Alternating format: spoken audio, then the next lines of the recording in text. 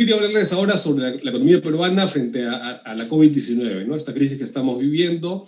Ahí tienen ustedes al frente el plan de la presentación, el contexto internacional, el contexto nacional, con sus diferentes subacápites, qué nos depara el próximo año y finalmente unas conclusiones, ¿no? Entonces, empezando por el contexto internacional, porque como ustedes saben, el Perú es una economía muy vinculada con la economía global, entonces lo que pasa en el mundo nos afecta directamente. Acá tenemos en este cuadro, que es tomado del último reporte de inflación del Banco Central que presentaron la semana pasada, que a su vez está basado en las proyecciones del Banco Mundial, del Fondo Monetario Internacional y de una serie de fuentes. ¿Cómo estamos en términos de crecimiento económico, en la evolución del PBI a nivel del mundo, que es esta primera fila, y también según economías desarrolladas, en desarrollo y el caso del Perú, ¿no? Y acá, estas tres primeras filas que ustedes ven acá, es la crisis del año 2009, que fue la gran recesión, y este es el 2020, que es el año de la COVID-19, ¿no? Entonces, ustedes recordarán que la gran recesión tuvo su pico en el año 2009, ahí hubo una caída del Producto Mundial de 0.6%. Este año 2020 vamos a tener una caída de menos 5%, ¿no? O sea, es más de 8 veces intensa esta recesión que la que hubo en esa oportunidad, ¿no? O sea, que es una crisis realmente muy, muy fuerte a nivel global.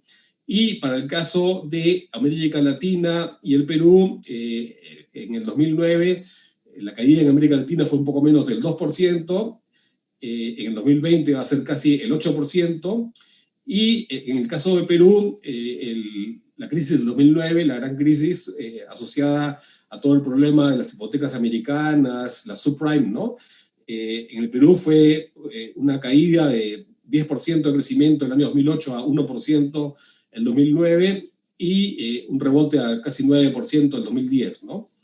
Pero, digamos, América Latina bajaba casi 2 puntos, mientras nosotros subíamos un solo punto en el 2009. En 2020, América Latina baja 8 puntos porcentuales y el Perú prácticamente baja 13 puntos, ¿no? O sea que es una crisis más aguda en el Perú que en el resto de América Latina, y de hecho el Perú es el país con el tercer crecimiento más bajo en el mundo, después de algunos otros países, de 2 países que son las Islas Maldivas.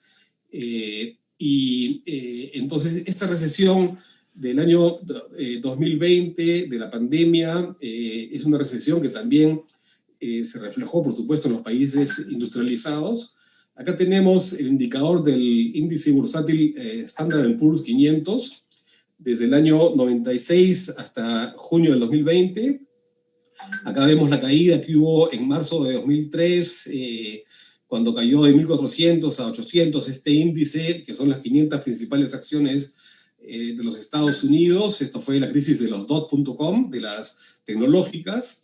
Acá tenemos la caída que fue en febrero del 2009, asociado a la crisis subprime en los Estados Unidos, la crisis hipotecaria y la gran recesión mundial que esta crisis originó. Y finalmente ahora tenemos una caída muy fuerte, que es la crisis del COVID, ¿no? Que en enero este índice estaba en 3.200 y en marzo cayó a 2.600 redondeando, o sea, una caída de más de 20, casi 30%. Y lo que sucede a partir de marzo es que hay una reacción muy rápida de todo el mundo desarrollado y hay unos paquetes de estímulos tremendos, tanto fiscales como monetarios, que hacen que esto rebote rápidamente y se logre capear lo peor de la crisis en términos de la caída bursátil.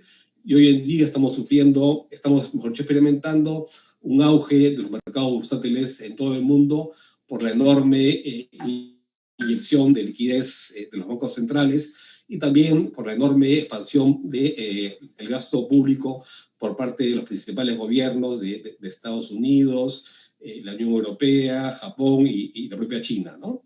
Entonces el precio del cobre también siguió un poquito esa evolución, se cayó tremendamente desde enero hasta marzo, abril, mayo, y a partir de ahí vino un rebote que ahora lo sitúa al precio del cobre a 3.06 centavos de 3.06 dólares por la libra de cobre, ¿no?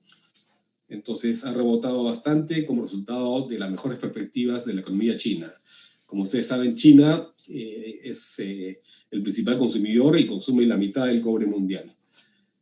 Para el 2020, según el último reporte de inflación del Banco Central, se espera pues, una caída de los precios de las exportaciones de alrededor de 1.3%, pero a su vez las importaciones van a caer más, ¿no? El petróleo y una serie de otras importaciones han caído más, de tal manera que los términos del intercambio, que es la relación entre los precios de las exportaciones y las importaciones, van a subir en el 2020 alrededor del 4%, y se espera una caída para el 2021. Pasemos ahora al contexto nacional. Entonces, ¿qué es lo que ha pasado con esta recesión inducida por el COVID, por la pandemia? Nosotros veníamos creciendo, este gráfico de acá, vemos desde enero del 19, o sea, desde enero del año pasado hasta junio del 2020, hasta julio del 2020, perdón, cómo ha ido evolucionando la producción agregada, el Producto Bruto Interno, cada mes con relación al mismo mes del año previo, ¿no? Entonces, hasta enero, febrero, nosotros estábamos en un ritmo de crecimiento interesante. De hecho, en febrero estábamos prácticamente en 4%, y de repente viene la caída tremenda, ¿no? En marzo, 16% de caída, casi 17%, y en abril 40%. Esto es obviamente el producto de la cuarentena, que fue una cuarentena muy estricta, sobre todo los primeros semanas y meses, y alcanza su mayor intensidad en abril, y ahí vienen ya las etapas de reapertura progresiva de la economía. En mayo va mejorando un poquito la cifra, ya la caída se reduce a 33% nada más, y a partir de julio se reduce a 18%, y la última estadística es 12%, ¿no? Y si observamos, digamos, dividimos el PBI en sus dos componentes, los sectores primarios, que es esta línea azul, y los sectores no primarios, que es la línea amarilla. Los sectores primarios son minería, agricultura, y los no primarios son manufactura, construcción, etc. Vemos pues que la caída fue más intensa en los sectores no primarios que en los sectores primarios, porque la minería y sobre todo la agricultura, ¿no? La agricultura en gran medida no fue objeto de la cuarentena porque son zonas rurales alejadas, ¿no? Y acá también vemos que la recuperación es como una V, una V. Entonces es una caída rápida, pero se ve que estamos saliendo también en forma relativamente rápida, ¿no? Pero la caída, digamos, del 40% en abril es una caída descomunal, muy pocas veces vista en la historia peruana, ¿no? Y si uno analiza cómo ha sido esta caída, ya no por sectores primarios o no primarios, sino por tipo de gasto, ve acá, por ejemplo, el consumo privado. El consumo privado es más o menos 2/3 del PBI, es la línea amarilla, y acá tenemos la evolución trimestral desde el primer trimestre del 2019, perdón, hasta el segundo trimestre, que cierra en junio del presente año, y la caída, pues, del consumo privado es 22%, que es una caída brutal, y la inversión cae aún más, ¿no? Porque como ustedes saben, el consumo es un componente más estable del nivel de actividad y de la demanda agregada, mientras que la inversión es un componente que tiene más variabilidad, y eso se ve precisamente en el caso de acá, el segundo trimestre del 2020, la inversión privada, que es el 80% de la inversión total, cae 60%, ¿no? Entonces eso es una caída pues brusca, dramática, enorme, que jala hacia abajo el producto.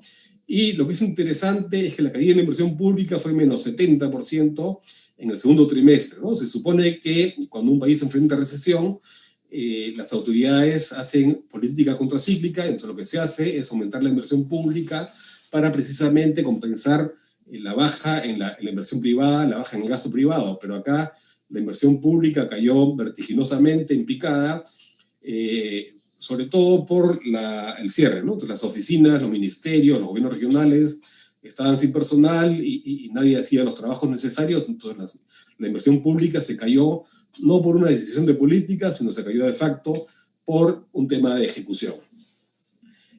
Acá analizamos lo mismo para el caso de las exportaciones y las importaciones, y vemos también que las exportaciones cayeron muy fuertemente, casi un 30% en el segundo trimestre, porque la demanda mundial se cayó en parte y también porque la oferta exportable peruana se cerraron muchas minas, se cerraron muchas fuentes de trabajo. Entonces, acá hay una combinación de caída determinada por la oferta, que es el caso de minas que no producían, o también por la demanda, que es el caso que las exportaciones caen porque no hay tanta demanda en el exterior, se alteran las cadenas logísticas y hay una menor demanda de los países que nos compran porque esos países también están en recesión, ¿no? ¿Cómo han estado las finanzas públicas? Las finanzas públicas tienen sus dos lados, por supuesto, los ingresos corrientes, que es esta línea azul, y los gastos no financieros, que es esta línea amarilla. Entonces, lo que observamos con la pandemia en los 2 primeros trimestres del año 2020 es que los ingresos corrientes, que es la línea azul, se nos ha caído de una manera dramática. Este punto es casi cercano al 40%, el segundo trimestre del presente año comparado con igual periodo del año anterior.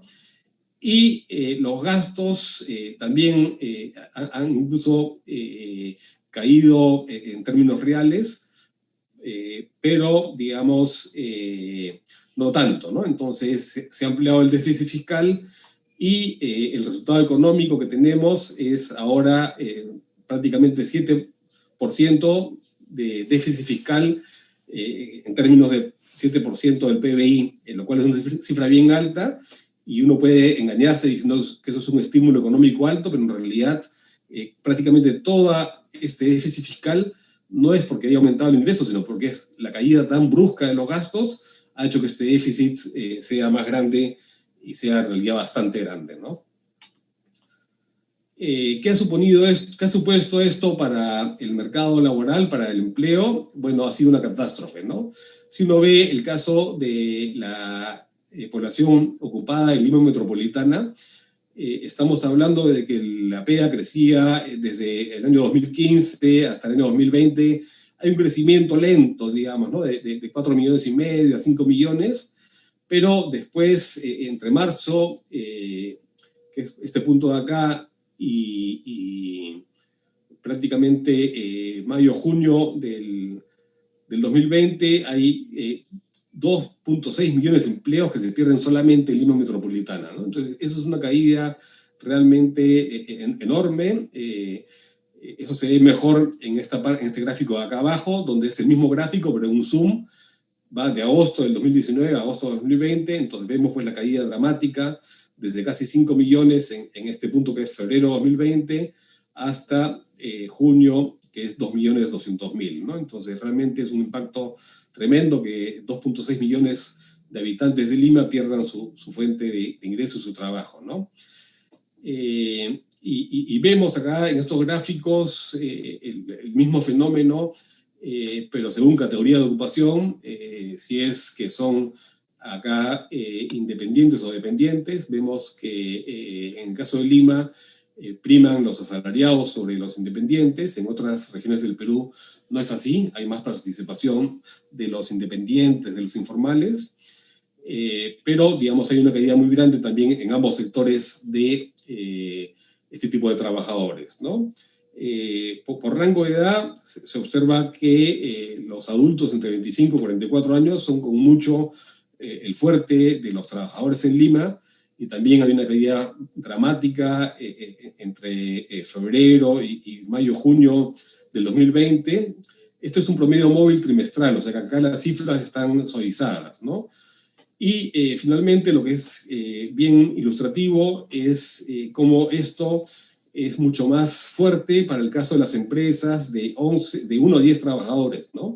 Esta línea azul representa la PEA ocupada en el caso de las empresas que tienen 1 a 10 trabajadores, que son las microempresas, por así decirlo, ¿no? Entonces, en el caso de las empresas más grandes, que es 51 más empresas, digamos, uno ve acá que la curva cae, pero no es esa caída tan dramática. Igual con las empresas medianas, entre 11 y 50 trabajadores, pero en las microempresas es un ajuste tremendo, ¿no? Habíamos visto en una de las gráficas anteriores que el empleo en Lima metropolitana estaba más o menos estable, creciendo de 4 millones a 5 millones en estos últimos 5 años.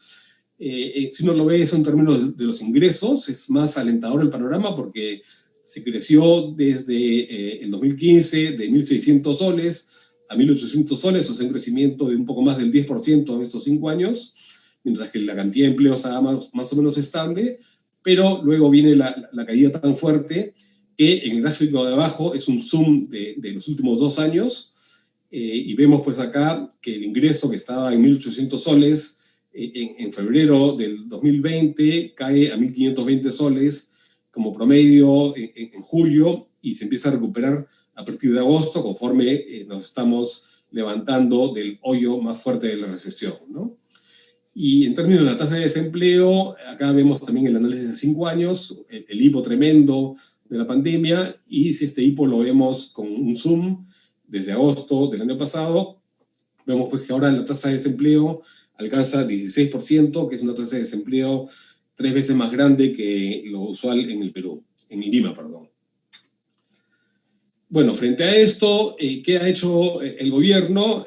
Lo que ha hecho es, por un lado, una política fiscal que tiene varios componentes, ¿no? Acá está el soporte de los hogares, que son básicamente una serie de bonos que se han entregado. Eso suma casi 2 puntos del PBI. La atención a la emergencia en medidas sanitarias y de salud, el fondo de apoyo a las micro y pequeñas empresas, el subsidio a la planilla, la entrega de canastas de alimentos. Estas son las cifras en soles. Son 22.000 millones de soles asignados, que equivalen prácticamente a 3% del PBI. Y de esos 22.000 se han ejecutado 12.000, o sea, un poco más de la mitad, ¿no? Entonces, acá lo que es interesante de llamar la atención es que prácticamente solamente se ha ejecutado la mitad de los bonos, ¿no? Entonces ahí hay un déficit de ejecución, y es lo que les comentaba, ¿no? Que la intención del Estado, del gobierno, es hacer una política fiscal muy proactiva para la recuperación, para el estímulo, pero a la hora que se ejecuta vienen los problemas y no se ejecuta todo lo que está planeado, ¿no? Esto es tanto así que, como les comentaba, para el periodo enero-agosto, si comparamos el año pasado, 2019, con este año, los ingresos corrientes del gobierno han caído prácticamente 20%, y el gasto ha aumentado solamente 2.6%, ¿no? O sea que ha habido un aumento muy pequeño del gasto. ¿Por qué? Porque a pesar de que ha habido estos recursos asignados y gastados en el combate a la pandemia, a la recesión, la inversión pública, esta formación bruta de capital del sector público, ha caído en 40% para todo el periodo enero-agosto. Entonces, una caída dramática de los gastos de capital del gobierno, de más o menos 16.000 millones de soles a 10.000. Son 6.000 millones de soles que estamos ejecutando menos en el periodo enero-agosto de este año en comparación al año pasado. Es una caída pues tremenda, porque justamente debería aumentar y no caer, pero está cayendo, ¿no? Y eso es sobre todo por dificultad de ejecución, porque los ejecutores públicos están en su casa y no están en las obras. Bueno, el plan económico, en el caso de la política fiscal versus la monetaria, acá tenemos un cuadro que la resume. Digamos, la parte fiscal son todos estos componentes de acá, que están detallados en este cuadro: 6.000 millones de soles en los bonos, que son esto de soporte de los hogares, y que es lo más fuerte de la parte fiscal. Y este 73% es una cosa más monetaria que fiscal, porque son lo que ha significado Reactiva Perú, ¿no? Entonces, ahí hemos visto que la parte fiscal es más o menos 3% del PBI en cuanto a estímulo para tratar de combatir la recesión y estimular la demanda. Por el lado de la política monetaria, que es lo más fuerte, lo que hizo el Banco Central fue reducir su tasa de interés de referencia a 0.25%, que esto es una tasa, digamos, de país desarrollado que enfrenta una recesión. Esto no lo puede hacer un país que tenga debilidades. El Perú era un país muy fuerte en términos de su macroeconomía, con reservas internacionales y una fortaleza fiscal tremenda. Entonces, eso ha permitido al Banco Central hacer esta reducción de la tasa de interés de referencia a un punto prácticamente muy cercano a cero. Y por otro lado se ha implementado Reactiva Perú, ¿no? Reactiva Perú ha sido un elemento básico para evitar la ruptura de la cadena de pagos, ¿no? Imagínense ustedes si no se hubieran dedicado estos 60.000 millones de soles a darle liquidez al sistema económico, al sistema financiero, hubiera sido pues una catástrofe, ¿no? Entonces, en el lado fiscal, el estímulo fue 3%, en el lado monetario, solamente por este concepto de Reactiva Perú, fue casi 8%, y felizmente esto se ha ejecutado con más rapidez, ¿no? Porque el canal del crédito, el canal de liquidez, es mucho más rápido. El esquema, como ustedes saben, es que el BCR le da COFIDE a los bancos y los bancos a las empresas en forma de créditos, y era un sistema de subastas donde los bancos buscaban financiar carteras y se financiaba primero las carteras con tasas de interés más bajas hasta que se llegara a un punto de corte establecido por el Banco Central, ¿no? Y esto estaba garantizado por el MEF, y teníamos que los créditos hasta 90.000 soles se garantizaban al 98%, y los créditos de más de 7,5 millones se garantizaban solo al 80%, ¿no? O sea, había una cobertura mayor para las empresas más pequeñas. Y esto, la clasificación de las empresas según la SUNAT, tenemos las micro y pequeñas empresas hasta 7 millones de soles de ventas anuales, estoy redondeando, ¿no? Las medianas hasta un poco menos de 10 millones, y las grandes más allá de 10 millones de soles, ¿no? Entonces, en términos de la cantidad de créditos colocados gracias a Reactiva Perú, tenemos 440.000 empresas beneficiarias, de las cuales 98% son las micro y pequeñas empresas. Y en el caso del monto total del crédito otorgado, recordemos que eran 60.000 millones, y ya se han colocado prácticamente casi 54.000 millones, un 90% de lo que se había otorgado. Y ahí, digamos, la micro y pequeña empresa tienen una participación del 50% de las colocaciones, y la gran empresa un 44%, ¿no? Ahora, digamos, mucha gente critica que se haya dado créditos a la gran empresa, pero bueno, la gran empresa es la que absorbe la mayor parte del empleo en el sector formal de la economía, ¿no? Entonces, si uno quiere conservar el empleo, no puede descuidar atender las necesidades financieras de la gran empresa, ¿no? Y para la mediana y incluso para la pequeña y la micro, hemos tenido con este programa Reactiva Perú unos niveles de tasas de interés en algunos casos de 3%, 4%, que es una cosa excepcional para las micro y pequeñas empresas, que normalmente pagan tasas de interés de 20, 30, 40%. Entonces esto ha sido una ayuda bastante sustantiva, ¿no? Y hemos llegado a 440.000 empresas. Entonces, en pocas palabras, un estímulo fiscal un poquito pasmado por términos de la dificultad de ejecución, y un estímulo monetario grande y que ha corrido muy bien y nos ha evitado una crisis crediticia, un corte en la cadena de pagos. Bueno, ¿qué nos depara el 2021, el próximo año? Vamos a ver brevemente el escenario político, examinar un poquito cómo ha ido esto del COVID-19, que ha sido pues el origen de todo este problema, las proyecciones para el próximo año, ver también la crisis actual en perspectiva, ¿no? Entonces, acá tienen ustedes la aprobación del presidente de la República, los diversos gobiernos, desde Panyagua, que es la línea azul que se trunca acá porque fue un gobierno muy corto, pasando por los gobiernos de Toledo, García, Humala, PPK y el actual de Vizcarra.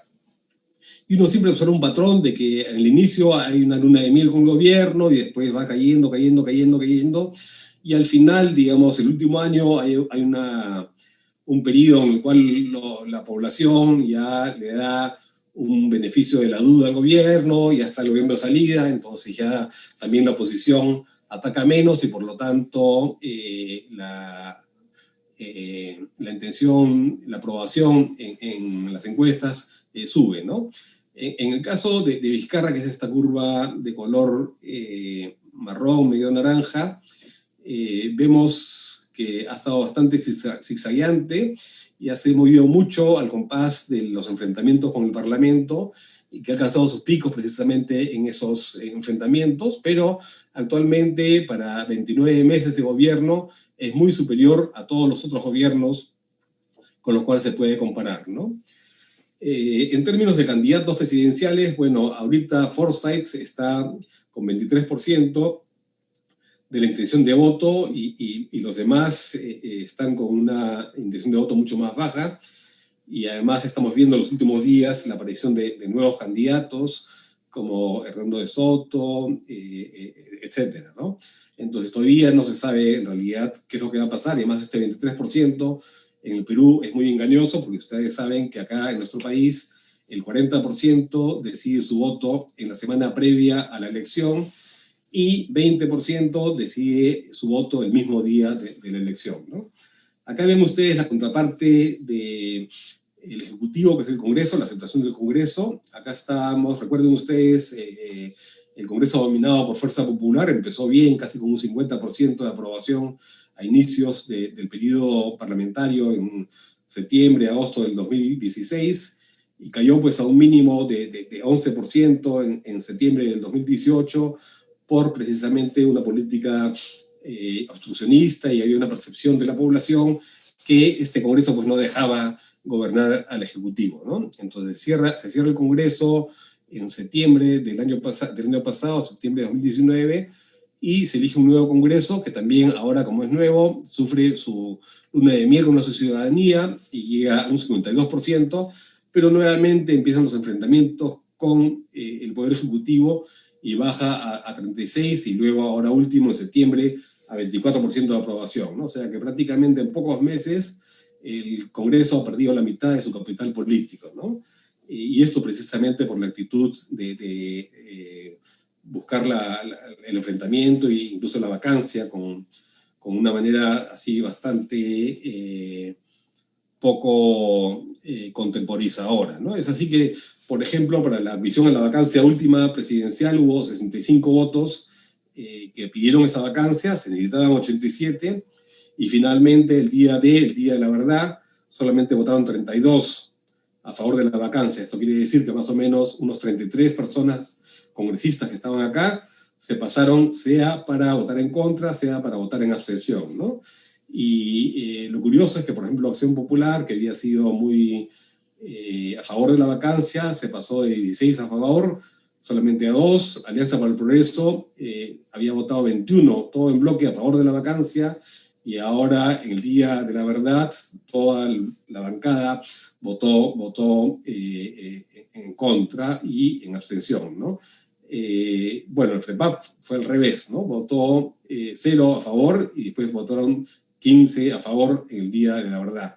Sea como fuera, lo cierto es que el ánimo inicial para vacar al presidente, conforme los medios de opinión pública y todos los líderes de opinión y los líderes políticos dijeron que esto era una locura, entonces los políticos sensibles al humor de los medios dieron marcha atrás.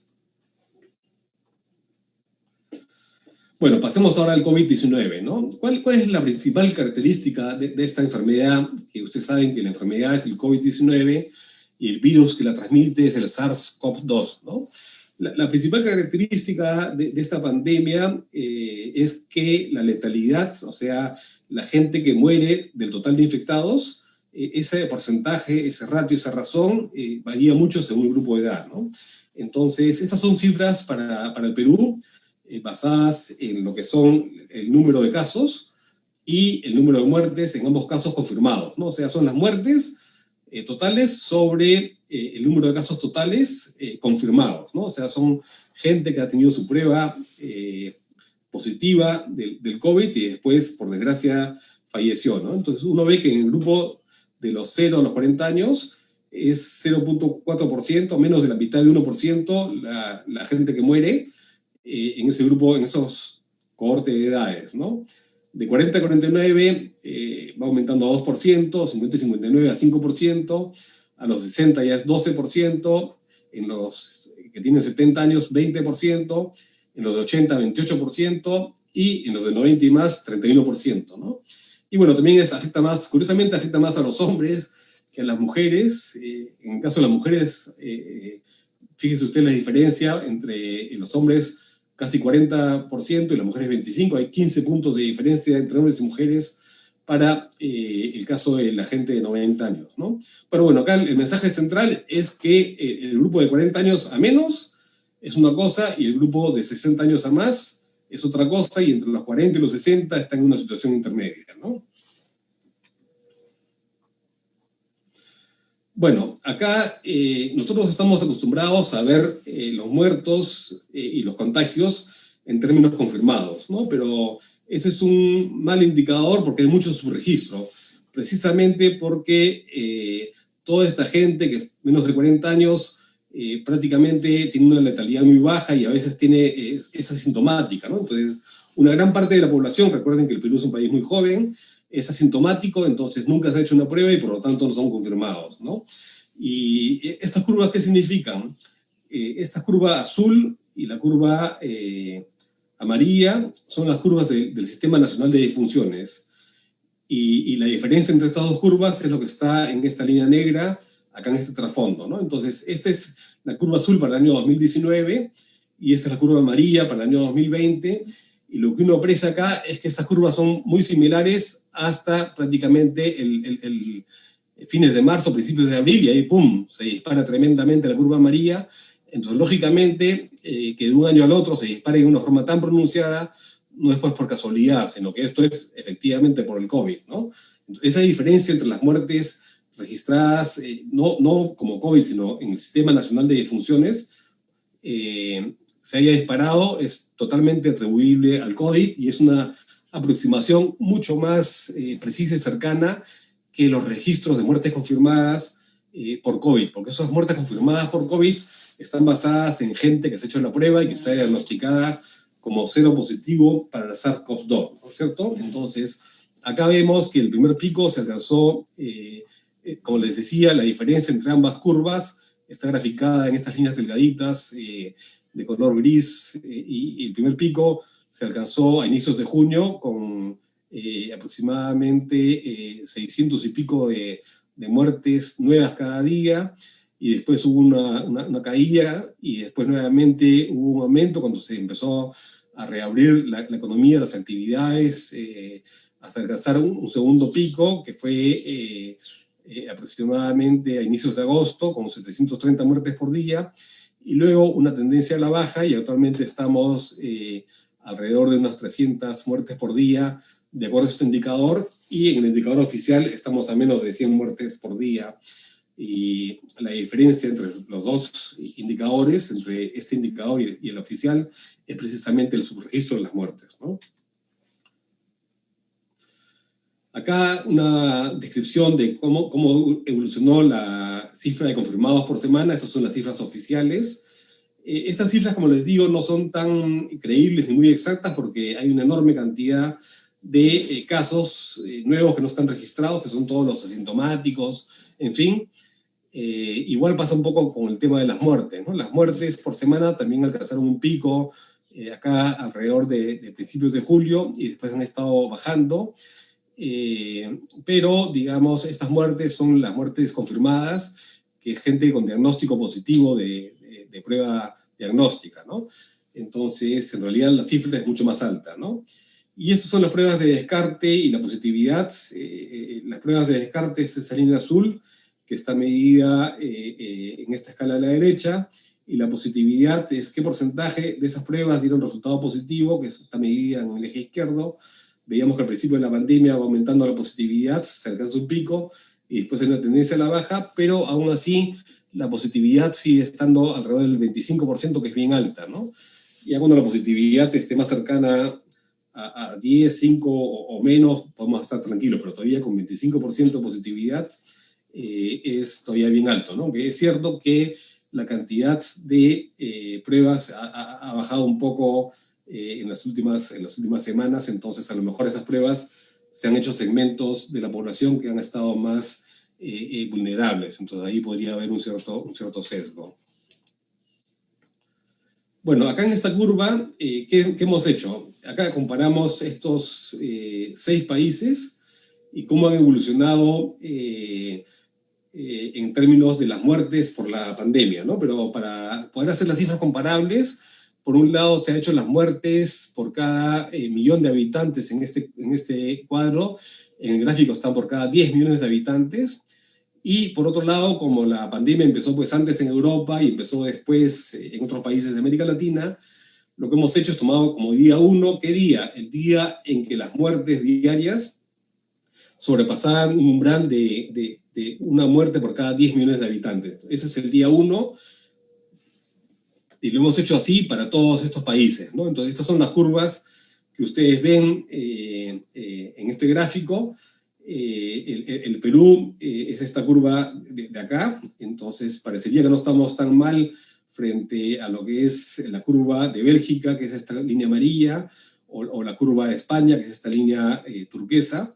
Pero bueno, España y sobre todo Bélgica tuvieron pues un incremento exponencial muy fuerte en las muertes, pero después tuvieron una caída también bastante prolongada, ¿no? Entonces, en el agregado, si uno ve el resultado final, sí, el Perú luce muy mal, porque al final de todo el proceso, o sea, no al final de todo el proceso, sino al día de hoy, tenemos casi 1.000 muertes por millón de habitantes y estamos mucho más alto que España o incluso que Bélgica, ¿no? Entonces,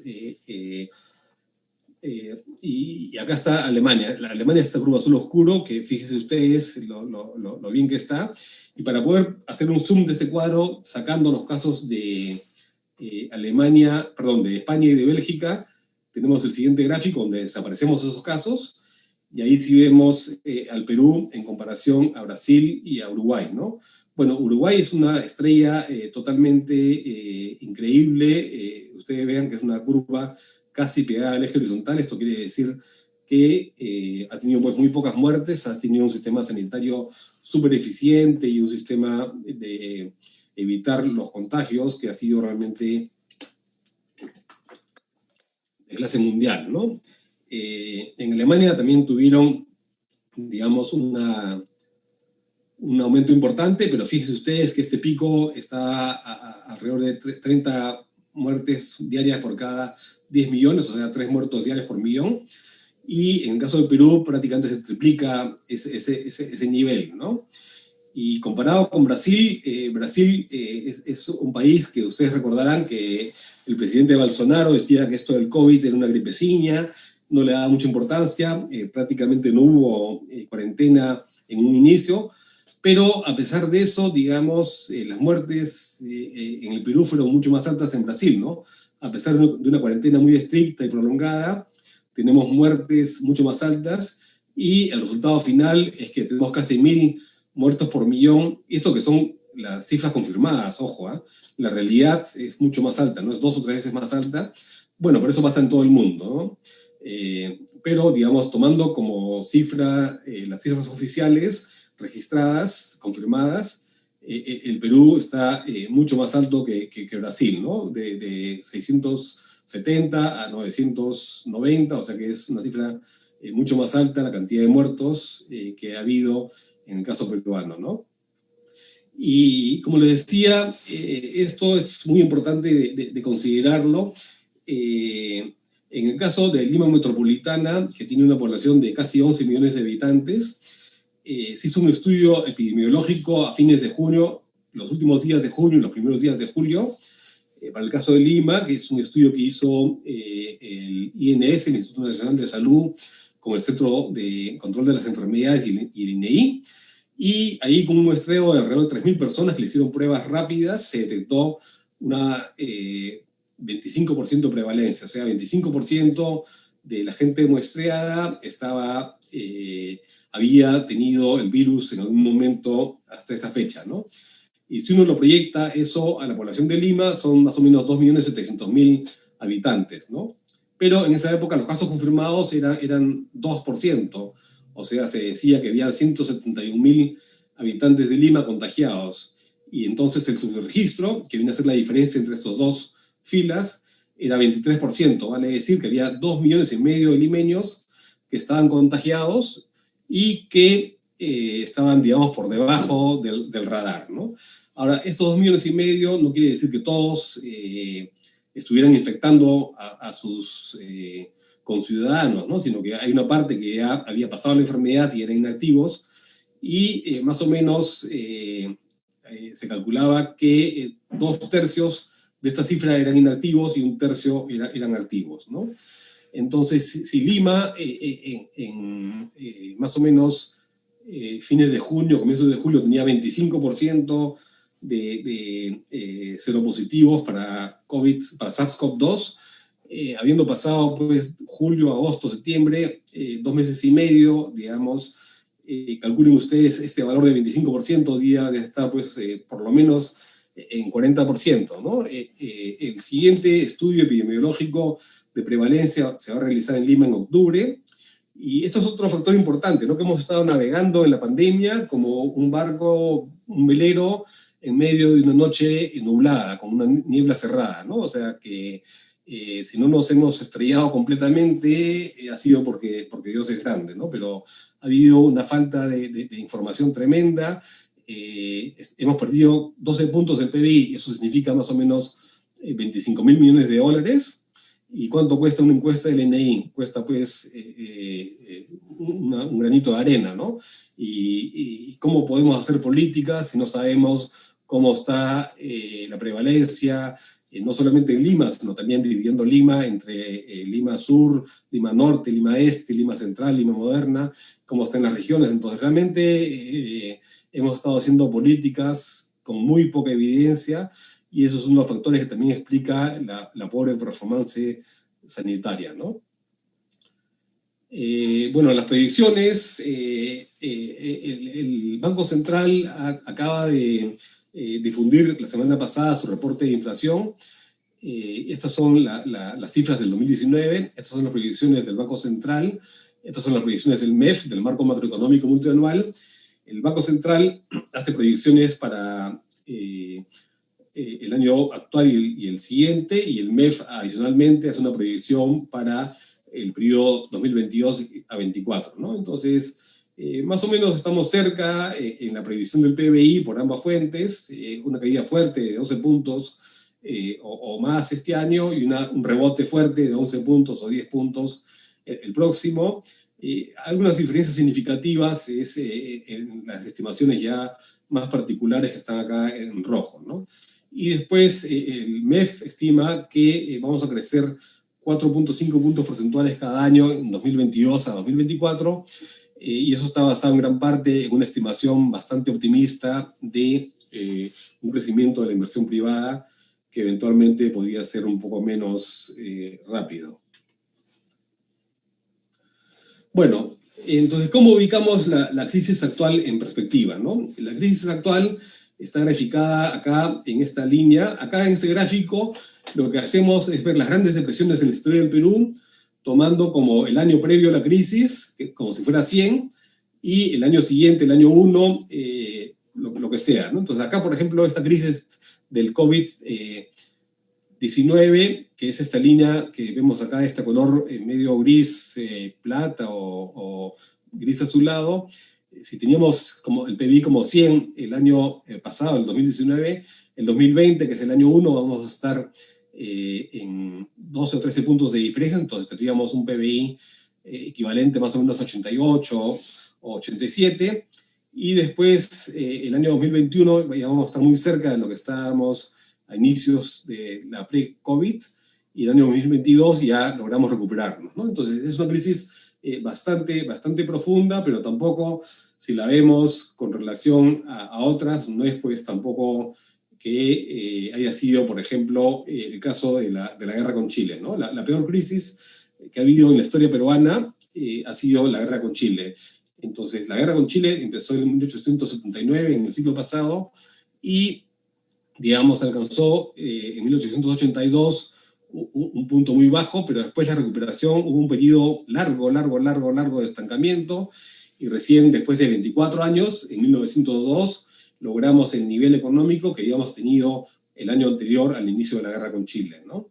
Esta curva azul es la guerra de la independencia. Entonces acá nosotros nos independizamos en 1821, como todos ustedes saben, que vendría a ser esta crisis que está denotada por la curva azul, y ahí se tardó prácticamente 15 años, hasta el año 35, en recuperar el nivel de producción que tuvimos antes de la independencia, ¿no? Después, esta curva turquesa es Alan García, ¿no? Alan García, en su primer gobierno, que él gobernó el año 85, tuvo una crisis muy fuerte, ustedes se acuerdan la hiperinflación, la hiperrecesión. Entonces, ahorita la crisis del COP19, si ustedes ven la curva del COP, es una caída más abrupta, pero es una recuperación como si fuera una letra V, ¿no? Rápida. En cambio, la caída de Alan fueron varios años y nos tardamos sus buenos 9, 10 años en recuperar el desastre del gobierno de Alan I, ¿no? Y finalmente, esta curva gris clara es la gran crisis de la Gran Depresión Mundial de 1929 a 1932, que es esta curva que ustedes ven acá de color gris. Entonces, resumiendo, sí, pues es una recesión súper importante, súper fuerte, pero a la vez el país tenía muchas fortalezas y vamos a lograr recuperarnos en forma relativamente rápida.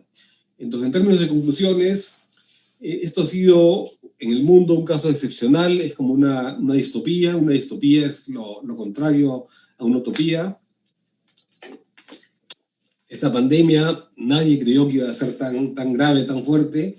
Cuando recién se dio el primer brote en Wuhan, en China, en diciembre del año pasado, y primero atacó a Europa, después a Estados Unidos, después de América Latina.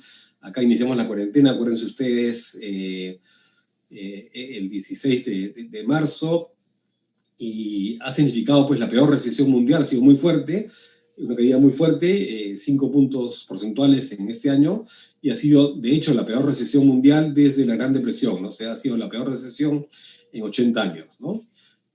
Fue un escenario con un brusco deterioro inicial muy rápido, pero luego, en forma parecida a lo que pasó en el año 2008, hubo estímulos masivos del lado fiscal y del lado monetario en los Estados Unidos, en la Unión Europea, en Japón, en China. En los Estados Unidos, el presidente Trump, con mucho deseo de su reelección, ahí no solamente tienen un estabilizador automático, que es cuando aumenta el desempleo en Estados Unidos, la gente cobra sus seguros de desempleo, sino que adicionalmente dio una ayuda de $600 a la semana para muchos hogares, con esta idea también de poder reelegirse ahora el 3 de noviembre. Entonces hubo estímulos masivos, tanto de los tesoros, de las haciendas públicas, como de los bancos centrales, ¿no? Entonces eso causó un rebote en las bolsas y en los precios de las materias primas y sobre todo el cobre, ¿no?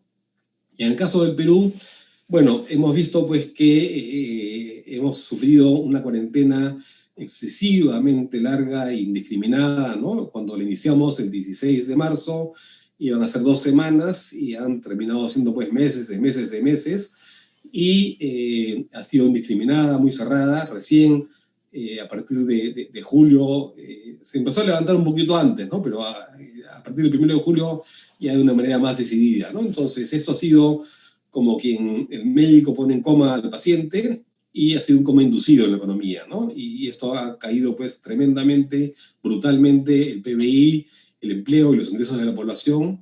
Ha sido un choque tanto de oferta como de demanda. Oferta en el sentido de que, bueno, si prohibimos que la gente vaya a trabajar es que la oferta se cae, y a raíz de esa caída en la oferta, la gente tiene menos ingresos y también la demanda, el consumo baja y por lo tanto afecta el nivel de demanda y el nivel de producción. Y también por el lado internacional hay una baja en la demanda de exportaciones, ¿no? Y en la política fiscal, digamos, se buscaba un gran estímulo fiscal, pero en realidad el gran déficit fiscal es por una baja enorme de la tributación, de la recaudación tributaria, mientras que el gasto público sube lento, muy lento, e incluso la inversión pública cae dramáticamente, ¿no? Entonces, lo que nos ha salvado ha sido la política monetaria potente. O sea, la política fiscal ha jugado su rol, ¿no? Porque efectivamente, sin ese 3%, la cosa hubiera sido bastante peor, pero, digamos, el tema de la caída tan fuerte de la inversión pública nos ha jugado muy en contra, ¿no? Y la política monetaria ha sido muy potente, tanto por el lado de la baja de la tasa de interés del Banco Central, como sobre todo por reactiva, ¿no? Los 60.000 millones de reactiva son 8% del PBI y se ha ejecutado en más del 90%, se ha ejecutado rápido, ¿no?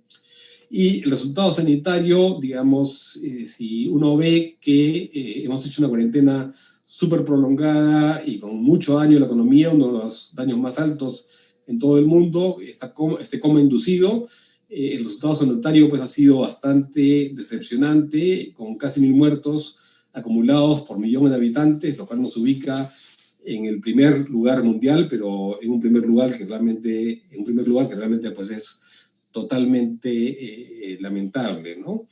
Y tenemos una recuperación rápida en forma de V y un retorno al PBI pre-COVID en el 2022, ¿no? Sin embargo, tenemos este retorno rápido, pero hay una incertidumbre política.